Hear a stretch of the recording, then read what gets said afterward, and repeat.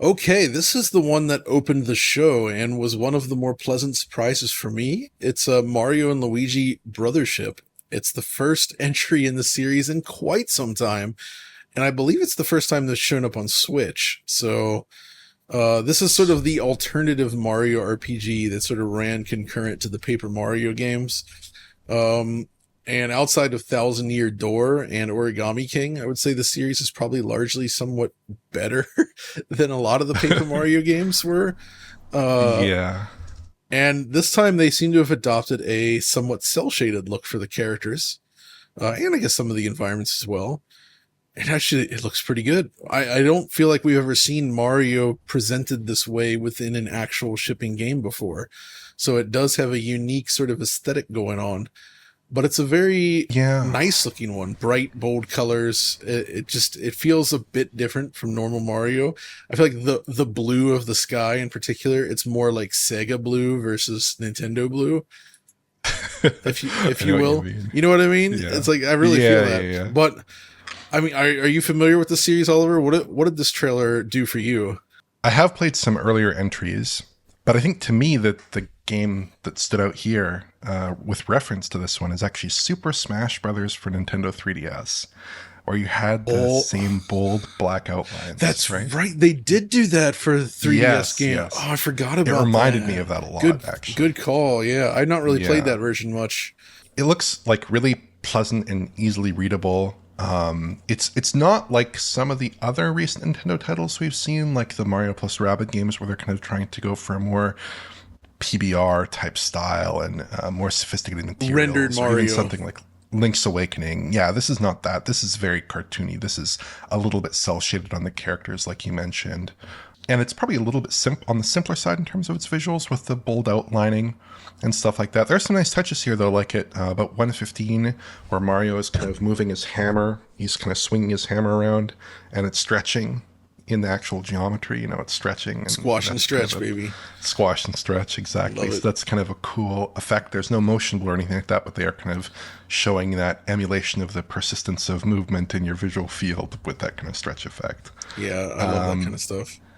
It's not pushing any boundaries rendering wise, but I'm kind of glad, sort of, that we're seeing a 30 FPS target here because it does, it is going to be a consistent 30. I can almost guarantee. And Yeah, some of the some of the other titles we're seeing on Switch now are not quite hitting that solid 60 we'd like to see. So I think for this title, it's very appropriate, and I think it does look good. It does remind me a lot of Super Smash Brothers the more that I think of it, but that's my only real point there. one has to wonder though, with games being this close to the new machine, if something like this could receive some sort of an update for the next Switch. I would love to see that. Maybe there we could get 60 FPS, something like that. Who knows? We'll find out when it Yeah. hits. But either way, happy that's being made. So that's like a new Mario and Luigi game, a brand new Zelda game, a brand new Metroid Prime game. That's a lot right there. That's a whole lot actually. For the last year For of the the Switch's last life, year of the too. Switch, Yeah.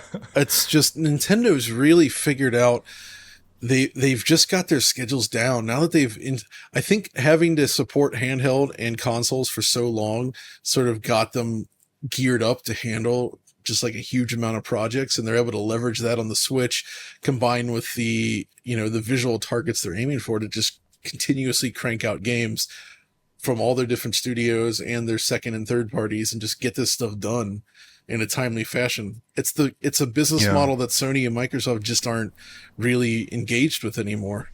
And I don't know if they Yeah, can't they if kind of like, they can't do it anymore. Like if Sony is like, yeah, we're gonna start making games that look significantly less visually impressive just so they come out more often, would people accept that? I don't know. they kind of hit this really nice rhythm of like these kind of double A style efforts that are still premium, still high quality, still good, like lengthy, exciting games, but are not quite at that same level as like a Metroid Prime, say. Right.